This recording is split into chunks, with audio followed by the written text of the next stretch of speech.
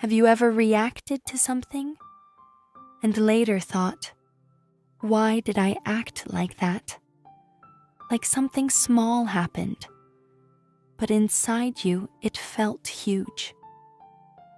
This channel is for people who feel deeply and don't always understand why. Because what if I told you, you're not overreacting, you're remembering, not with your mind, but with your nervous system, and what you call your personality might actually be something you learned just to survive. Yeah. Well, it's not how I feel, it's what the science shows. So trauma affects people. Let's define trauma first of all. And you said something in a public talk that I saw, where you said that it's not what happens to you, it's what you make it mean and what decisions you make afterwards. That's what matters. So trauma is not what happens to you. Trauma is what happens inside you as a result of what happens to you. So trauma means wound. Literally the meaning of the word trauma means a wound. It's a Greek word. So, for example, if I received a blow on the head, that's not the trauma. That's a traumatic event. The trauma is if I develop a concussion. So trauma then is the wound. Wounds can be physical, obviously, or they can be emotional, psychological. As a matter of fact, given the unity of mind and body, you can't even distinguish between the two properly. So trauma is an unhealed wound. So early traumas can shape a child's view of themselves. So a lot of people who are traumatized, at least for example, will be ashamed of themselves because the child interprets things as being their own fault, even though they were simply the victims of somebody else. But shouldn't take everything personally, so that if these bad things happen to me, then I must be a bad person. So there's a trauma that instills very often a shame-based view of oneself. Trauma shapes one's view of the world, so that the world becomes dangerous, and one is always on the alert for bad things to happen. Or on the other hand, trauma, one way to cope with it is deep denial, in which case we tell ourselves that everything is okay and we don't see what's actually threatening us. So it can work both ways. Trauma makes it difficult to be in the present moment. So in my marriage, for example, my wife will say something and I'll react, but I won't react as an adult in the present moment. I'll react like a hurt child, which means that some deep memory has been triggered for me, but I'm not realizing that it's a memory. I think it's in the present. So trauma makes it difficult to be in the present moment because we're always reliving the past without realizing it. Trauma can make it difficult for people to have what we call, let me put it this way, to have response flexibility. Now, when something happens, somebody says something or an event occurs, there's many different ways we can respond.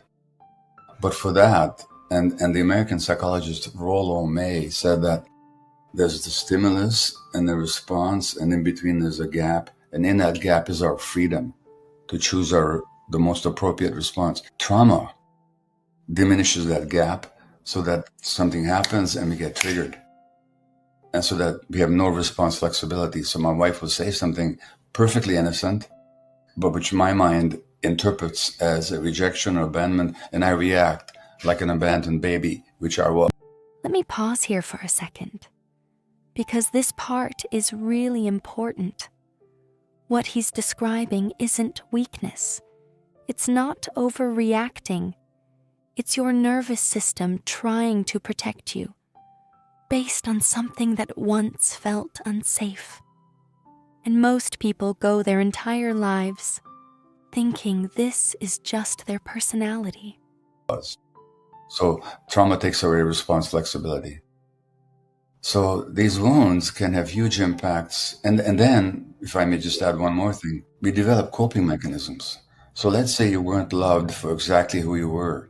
Then you'll be consumed by being liked by everybody, and you'll develop this very nice persona. So everybody will like you, try to please everybody, a people pleaser, as a way of getting the love that you didn't get. But that people pleasing and that niceness actually means a suppression of yourself. So trauma can actually shape certain aspects of the personality. And we think that's who we are. Or let's say you didn't get the attention you needed, which is a need of the child. And you can hurt kids not just by doing bad things to them. Kids can be hurt also by just not having their needs met. So one of the needs a child has is for attention. Let's say you don't get the attention you need just for existing, then you'll be consumed by attracting attention, and you'll be desperate to be attractive all the time. So trauma shapes the personality in these ways. So there's so many ways that trauma shows up. And of course, it interferes with relationships, activities, and I'll finish this little sermonette by adding that trauma has all kinds of health implications. Mental health conditions are almost always rooted in trauma. Addictions are always rooted in trauma, in my view, and I've written about that. Many physical health conditions are potentiated by early trauma, including malignancy, including autoimmune disease, and so on. Most doctors don't know that because in medical school, they don't teach the scientifically demonstrated unity of mind and body, emotions and physiology. But in reality, that's how it is. So trauma's got broad implications.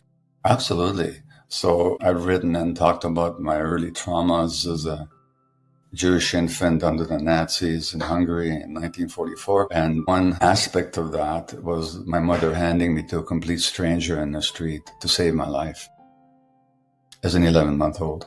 Literally, she could not keep me alive another day. Now, that saved my life. It was an act of tremendous love and self-sacrifice on the part of a 24-year-old woman. But how does the baby interpret it? As being abandoned. Who gets abandoned? Somebody who's not important and somebody who's not lovable. Now, that's the trauma. The trauma is not that I was given to a stranger. That's the traumatic event. The trauma is that my self-belief of being unworthy. So then how do I cope with that? Well, then alcoholic and try to prove my value through serving others and ignoring my own needs, ignoring my own children's needs in order to be important in the world. Now, that's a good thing, because if trauma was that I was given to a stranger, that'll never change. But if the trauma is my belief that I'm not worthy, lovable, important, well, I can heal that. That can be healed today. So that it's a good thing that trauma is not what happened to us, but what happened inside us, because then we have the capacity to heal. Mm-hmm.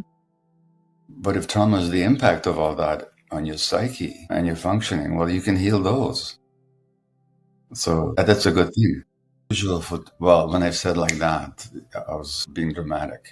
Trauma can be healed occasionally, quickly. Yeah, I've seen it happen almost instantaneously. Rarely, though. Usually it's a case of longer work with some setbacks and, 2 steps forward, 1 step back, that kind of thing. But it can be healed. Yes. Some people develop a victim identity. So they identify with being a victim and they have a hard time giving it up because maybe being a victim was the only way they ever got attention. So then there's something to be gained from being a victim. Now people pay attention to me. But the other aspect of victimhood is that the victim says, what happened to them did happen. They were victimized, but that does not make, is that the victim says, what happened to them did happen. They were victimized, but that does not make them a victim. That's not who they are. They're a human being to whom bad stuff happened. Mm-hmm. When I say that I'm still a victim, you're saying that, or one is saying, defines who I am, and I'm helpless in the face of it. And that means I don't have responsibility for how I behave in the world. Mm-hmm. Now, people have a hard time with responsibility. They confuse responsibility with blame. But responsibility just means I have the ability to respond. And let's face it, any of us who are in relationships, we'd rather not take responsibility for ourselves. We'd rather, I can be the victim of my wife in a split of a second. I'm talking in my mind. So there's a kind of payoff to that victim identity, but it also limits you. And the payoff is maybe I get the attention that I never got. And maybe also I don't have to take responsibility. So if you saw yourself in this video, if something inside you felt understood, even a little, I just want you to know this. There is nothing wrong with you. You adapted to experiences that were too much, too soon, and too alone. And those adaptations helped you survive. But you're not that version of you anymore. You're allowed to grow beyond it, to feel differently, to respond differently, and most importantly, to see yourself with compassion instead of judgment. Healing doesn't happen by forcing yourself to change. It happens when you finally feel safe enough to understand yourself.